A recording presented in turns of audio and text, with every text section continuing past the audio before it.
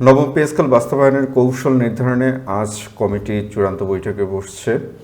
অর্থাৎ আমরা যে সচিব কমিটির কথা বলেছি নবম পে স্কেলের সুপারিশগুলো পুনর্বিবেচনার জন্য, সেই সচিব কমিটি আজকে খুব সম্ভবত দুপুরের পরে চূড়ান্ত বৈঠকে বসবেন। আজকের বৈঠকে জুডিশিয়াল সার্ভিস পে কমিশন, সশস্ত্র বাহিনীর বেতন কাঠামো এবং জাতীয় বেতন কমিশনের সুপারিশ ও পূর্ববর্তী পর্যবেক্ষণগুলো চূড়ান্ত করে পর্যালোচনা করা হবে এবং চূড়ান্তভাবে সিদ্ধান্ত নেওয়া হবে। অর্থাৎ নবম পে স্কেল বাস্তবায়নের একদম চূড়ান্ত ধাপ খুব সম্ভবত আজকে হতে যাচ্ছে।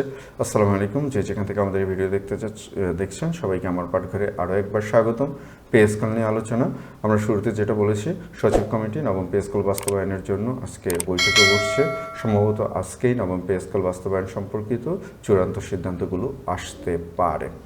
তো এই অবস্থায় আমাদের একটু অপেক্ষা করতে হবে। আমরা আশা রাখছি যে বিকাল নাগাদ বা সন্ধ্যার পর আমরা চূড়ান্ত আপডেটগুলো পাবো, যদি সেগুলো প্রকাশিত হয়। তো এর বাইরে নবম পে স্কেল বাস্তবায়ন সম্পর্কিত আমরা যেই তথ্যগুলো এতদিন পেয়ে এসেছিলাম সেগুলো আনভেরিফাইড, যেটা আমি আমার আগের ভিডিওগুলোতে বলেছি। তো সুতরাং সেগুলোর উপরে ভরসা রাখা যায় না। মূলত আজকে বৈঠক থেকে যে সিদ্ধান্ত হবে সেই সিদ্ধান্তগুলোর উপর আমরা ভরসা রাখতে পারবো। ভিডিওটি খুব বড় করবো না, ইনশাল্লাহ ভালো নিউজ তো অবশ্যই আসবে, সেগুলো নিয়ে রাতে আরেকবার আপনাদের সাথে কথা হবে। তো আমরা একটু মূল বিষয়গুলো একটু দেখে আসি। কার্যকরের তারিখ এবং পর্যায়ক্রমিক বাস্তবায়ন, এটা নিয়ে আমরা আগে কথা বলেছি। দেখা যাক এখন কি হয়। বেতন হাতে পেতে বিলম্ব হবে, সেটা আমি আগেও বলেছি আপনাদেরকে যে আমাদের বেতন পেতে 2-3 মাস লেগে যেতে পারে, অর্থাৎ আগস্ট সেপ্টেম্বর লেগে যেতে পারে বা অক্টোবর পর্যন্ত চলে যেতে পারে। তবে অক্টোবরে সেটা চূড়ান্ত হবে। চূড়ান্ত হওয়ার পরে সেটা 1 জুলাই থেকে আমরা বেতন এরিয়ার বা বকেয়া হিসেবে পাবো। আর মূল বেতন বৃদ্ধি নিয়ে যে নিউজ, এটা আমি আর নতুন করে বলবো না। যদি আমরা বিকেল নাগাদ ভালো কোনো তথ্য পাই বা নিশ্চিত করে কোনো তথ্য পাই সেটা আমরা জানিয়ে দেব।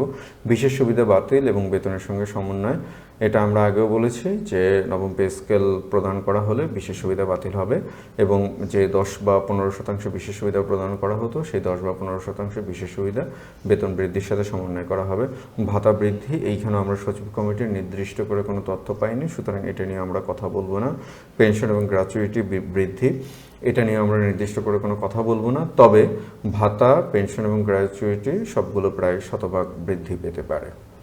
এর পাশাপাশি আর্থিক বরাদ্দ এবং সংস্থান, জনপ্রশাসন খাতে বাজেট বাড়িয়ে 1,41,434 কোটি টাকা করা হয়েছে। এর মধ্যে পে স্কেলের প্রথম ধাপ বা আংশিক বাস্তবায়নের জন্য থোক বরাদ্দ হিসেবে প্রায় 44,000 কোটি টাকা বহাল রাখা হয়েছে। আমাদের ক্যালকুলেশন এবং আমাদের হিসেব নিকাশ এটাই বলে, যদি 44,000 কোটি টাকা বরাদ্দ রাখা হয় তাহলে মূল বেতন বৃদ্ধি এক ধাপে, অর্থাৎ বেসিক বৃদ্ধি এক ধাপে হওয়া সম্ভব। আর সমন্বিত সিদ্ধান্ত গ্রহণ, আমরা যেটা নিয়ে কথা বলেছিলাম যে পে স্কেল বাস্তবায়নের রূপরেখা এবং ধাপগুলোর সময়সীমা এবং বিশেষ সুবিধা বাতিলের চূড়ান্ত নির্দেশন কৌশল নির্ধারণ করতে আজ 18 জুন মন্ত্রিপরিষদ সচিব নাসিমুল কোনোর নেতৃত্বে পুনর্গঠিত সচিব কমিটির বৈঠক অনুষ্ঠিত হবে। আজকের বৈঠকে জুডিশিয়াল সার্ভিস পে কমিশন, সশস্ত্র বাহিনীর বেতন কাঠামো এবং জাতীয় বেতন কমিশনের সুপারিশ এবং পূর্ববর্তী পর্যবেক্ষণগুলো পর্যালোচনা করে চূড়ান্ত সিদ্ধান্ত নেওয়া হবে। তো ইতিমধ্যে আমরা বিকেল পর্যন্ত অপেক্ষা করব। ইনশাল্লাহ আমরা বিকেলের মধ্যে ভালো কোনো খবর পাবো এবং সন্ধ্যার পর ইনশাল্লাহ আপনাদের সাথে কথা হবে বিস্তারিত বিষয়গুলো নিয়ে।